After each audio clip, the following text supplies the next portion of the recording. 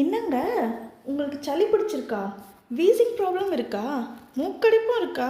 அப்போ உங்களுக்கான வீடியோ தான் இது. இது ஒரு ஈஸியான கை மருந்துங்க. நான் சொல்கிற இந்த பொருள் எல்லாமே உங்கள் பக்கத்தில் இருக்கிற நாட்டு மருந்து கடையில் கூட ரொம்ப ஈஸியாக கிடைக்கும். என்னன்னு பார்க்கலாம் வாங்க. ஃபஸ்ட்டு நான் காட்டுறேன்ல, இது திப்பிலி, அதிமதுரம், மிளகு, சித்திரத்தை, அப்புறம் சுக்கு, அப்புறம் லாஸ்ட்டாக ஓமம். எல்லாமே சம அளவு எடுத்துக்கோங்க. நான் இதில் எல்லாமே ஒரு 20 கிராம் அளவுக்கு எடுத்திருக்கேன். இதில் இந்த திப்பிலி மட்டும் 10 கிராம் அளவுக்கு எடுத்திருக்கேன்.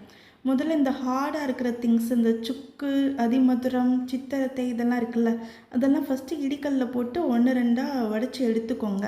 உங்கள் மிக்ஸி ஜார் டேரெக்டாக நல்ல பொடி பொடியாக ஆக்கிடும் அப்படின்னா டேரெக்டாக சேர்த்துக்கலாம்.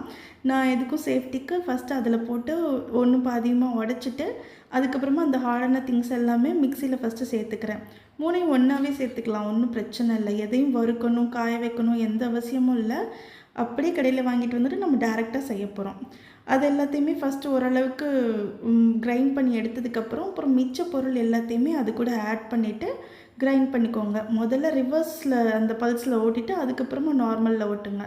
அவ்வளோதான், முடிஞ்சிடுச்சு. அடுத்து ஒரு சல்லடையை வச்சு வடிகட்டி எடுத்துட வேண்டியது தான். நம்ம வடிக்கும்போது நீங்கள் குழந்தைங்களுக்குலாம் கொடுக்க போகிறீங்க அப்படின்னா 2 தடவை கூட டபுள் ஃபில்டர் பண்ணிக்கோங்க.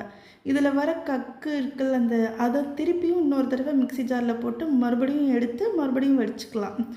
வடித்ததுக்கப்புறமா மறுபடியும் கொஞ்சம் கக்கு எப்படினாலும் வரதான் செய்யும். அதை வந்துட்டு நீங்கள் கஷாயம் போட்டு நீங்கள் காலி பண்ணிடலாம். இது 1 வயசு குழந்தையிலேருந்து பெரியவங்க வரைக்கும் யாருனாலும் சாப்பிட்லாங்க. நான் செஞ்சதுக்கு இந்த அளவுக்கு தான் பொடி வந்திருக்கு. அப்படியே தேனில் குழப்பி சாப்பிட வேண்டியது தான். பசங்களுக்கும் சாப்பிட்றதுக்கு ரொம்ப ஈஸி, நம்மளும் ஈஸியாக செஞ்சு கொடுக்கலாம். சளிக்கு ரொம்ப நல்லது.